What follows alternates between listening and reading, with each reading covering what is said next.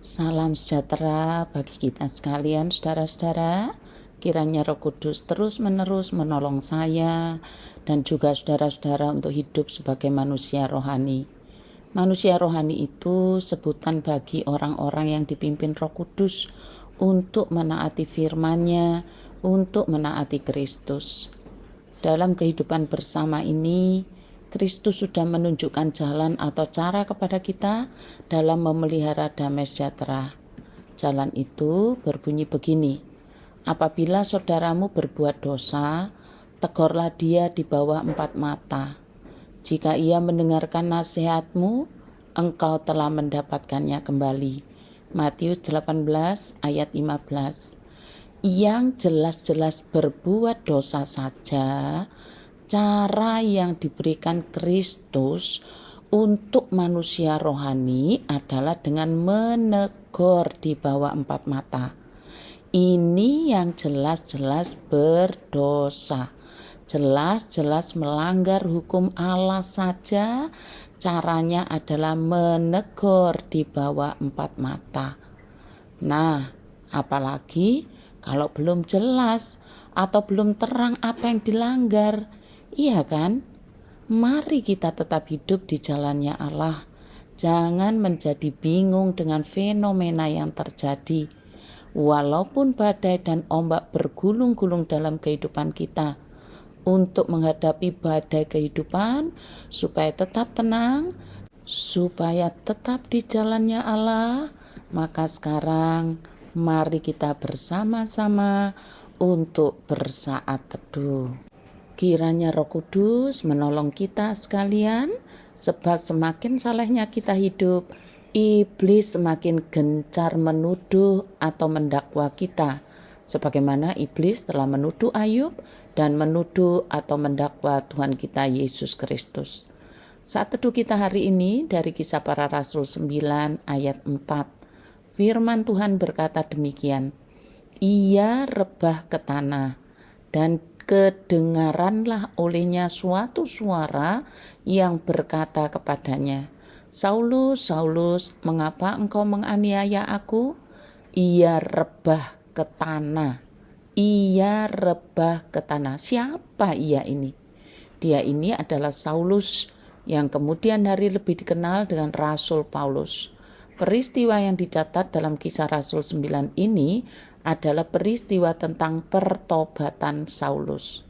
Saudara-saudara, sebelum kita belajar apa yang Kristus lakukan terhadap Saulus sampai dikatakan rebah ke tanah, saya kok jadi teringat oleh firman Tuhan yang dikatakan dalam Matius 5 ayat 44. Tetapi aku di sini Kristus, berkata kepadamu murid-muridnya, kasihilah musuhmu dan berdoalah bagi mereka yang menganiaya kamu.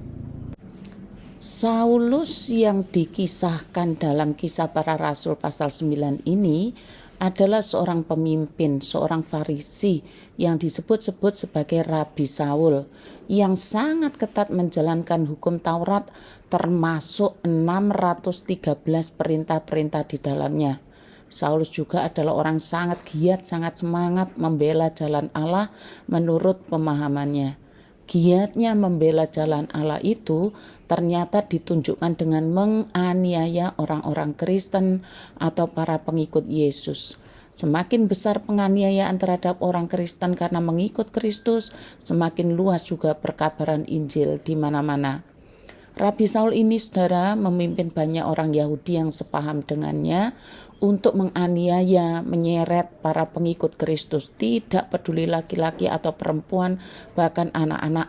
Di pasal 8 ayat 1a disebutkan, Saulus juga setuju Stefanus mati dibunuh. Saudara-saudara, kita tidak akan ada masalah terhadap firman yang mengatakan kasihilah musuhmu dan berdoalah bagi mereka yang menganiaya kamu, jika kita tidak mengalami yang namanya dianiaya, dipermalukan di depan umum seperti diseret, dipukuli, difitnah, bahkan dihukum tanpa adanya yang dilanggar. Masa iya sih jadi Kristen dan menjalankan firman Kristus merupakan sebuah pelanggaran? Tetapi itulah kenyataannya, saudara-saudara. Orang-orang Kristen dianiaya, dipukuli, diseret, bahkan sampai dibunuh gara-gara menjadi Kristen dan menjadi pengikut Kristus.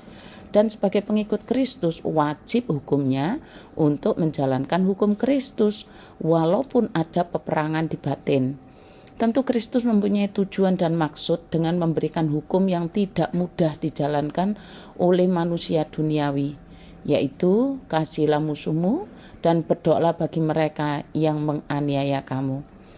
Ketika manusia yang jahat dan kejam seperti Saulus tidak ada yang berani menghentikan kejahatan dan kekejamannya, maka Kristuslah yang akan menghentikan. Bukan hanya menghentikan, tetapi Allah dapat menciptakan manusia baru dalam diri Saulus untuk kemudian dipakai dalam pekerjaan kerajaan Allah di bumi ini. Bagaimana cara Kristus membuat Saulus bertobat?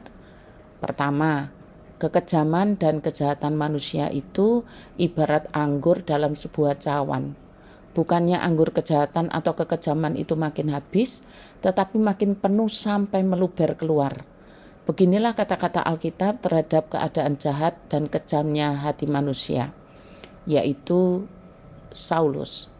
Sementara itu berkobar-kobar hati Saulus untuk mengancam dan membunuh murid-murid Tuhan.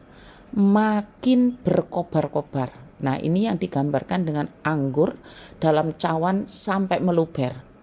Bisa dibayangkan seperti apa penganiayaan yang dilegalkan dengan surat kuasa dari majelis Yahudi itu.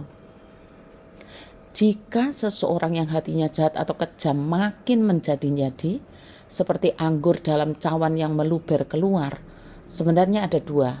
Yang pertama, orang itu mendekati kematiannya. Makanya kejahatannya makin menjadi-jadi. Contohnya siapa? Herodes.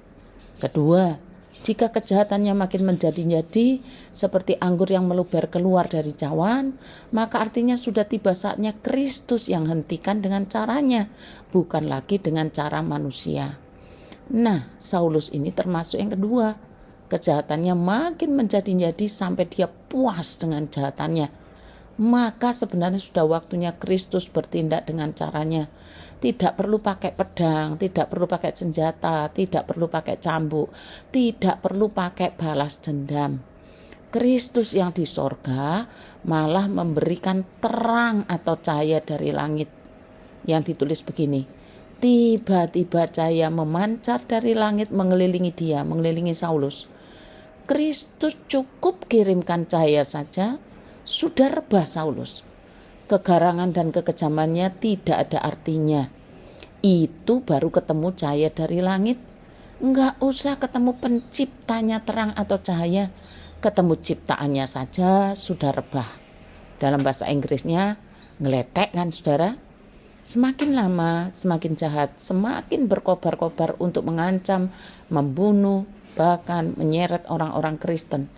Memang sepertinya Kristus seolah-olah membiarkan. Semakin besar juga dampak yang ditimbulkan Saulus dengan kekejamannya. Yang berarti sudah dekat waktunya Kristus bertindak kepadanya. Cuman dikasih cahaya memancar dari langit yang sangat terang. Robohlah dia. Bukan cuma roboh, buta. Saudara-saudara, untuk memasrahkan diri pada kehendak dan rencana Allah dalam Kristus menghadapi orang-orang jahat dan kejam seperti Saulus memang tidak mudah. Yang diperlukan adalah iman dan terus percaya kepada Kristus dan ikut hukum-hukum kerajaan Allah. Allah punya caranya sendiri untuk menyelesaikan persoalan itu.